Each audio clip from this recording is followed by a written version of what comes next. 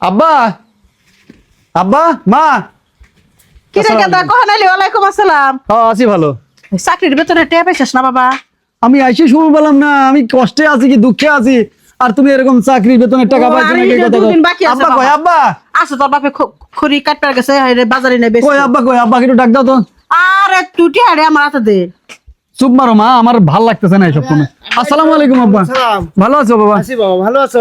খড়িটি নামা তো। তুমি এই মুরব্বী মানুষে খড়ি নিছো কি জন্য? খড়ি বেচবো ঈদের আগের দিন। সি সি সি সি সি, তুমি আব্বাক দিয়ে এরকম কাজ করাছো। আমার কাজের লোক কি হয়েছে?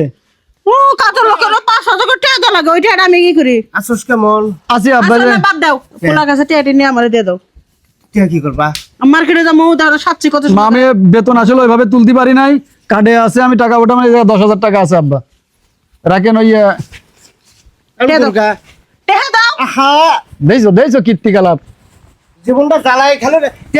বলে তেল না দি দাও। মা আহা, মা তুমি কি লাগাইছো? টাকা আমি ঈদের মার্কেট করে যাবো। বলছে তুমি মার্কেটে কি একসাথে আব্বাকে নিয়ে যাও মার্কেটে? আমি তো মার্কেট করার জন্য টাকা দিলাম। টাকা আমার কাছে রাখি। তোমার কাছে টাকা দেবে কি জন্য? তুমি কোনো টাকা কি রাখো? দেখি সরো। চুপ মারো তো মা, আমার কথা শোনো। তোমরা কি লাগাইছো? জীবনটা জ্বালায় খেলো রে বাবা। শোনো মা, তুমি যে কাজ কাম করো আমার কিন্তু চোখে একদম ভাল লাগে না। তোমার কি আর আব্বার কি পরিস্থিতি দেখো, আব্বাকে একটা পাঞ্জাবি পর্যন্ত তুমি পরতে দাও না। তোর বাপের কি টাকা দিবার কবি না লাগো অল কমে বলে পারা মাইরা তোর মামি।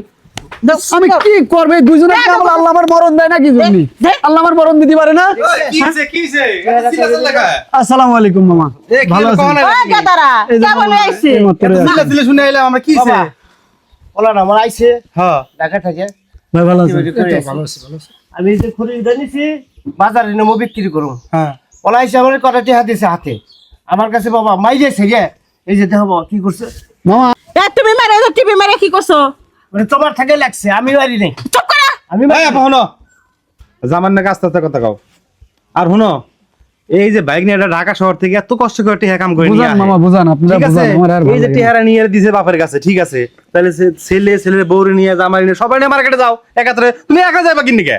আমি একাই যাবো, আমার মনের মতো মার্কেট করবো। অগরে আমি মার্কেটে যাবো না, ওইটা নিব না, এটা নিব না, এটা কেন, এটা কম দামি, হ্যান ত্যান ডিসকাস্টিং। মার্কেটে গেলে আমার মান সম্মান থাকবো না। এটা কথা জ্ঞান দাও না। মামা আমি তোমার ছেলে আর তোমার ছেলের বউরে না নিয়ে আর তোমার ছেলে বউরের সাথে তোমার আমোদ প্রতি তুমি আমোদ প্রতি করবা? হ্যাঁ, বউ কি তোমার কি হেডিং আছে হনো? বউ শ্বশুর বাড়ি থেকে আইছে। বউ আইবো অন ব্যাগ নিয়ে আইছে, বউ তো আইবোই। টিয়া ব্যাগটা দিছে, টিয়া তো আছে ওর কাছে, টিয়া 10,000 দিছে। না হলে ঈদের মধ্যে বোনাস পায় 50,000 টিয়া পাইছো।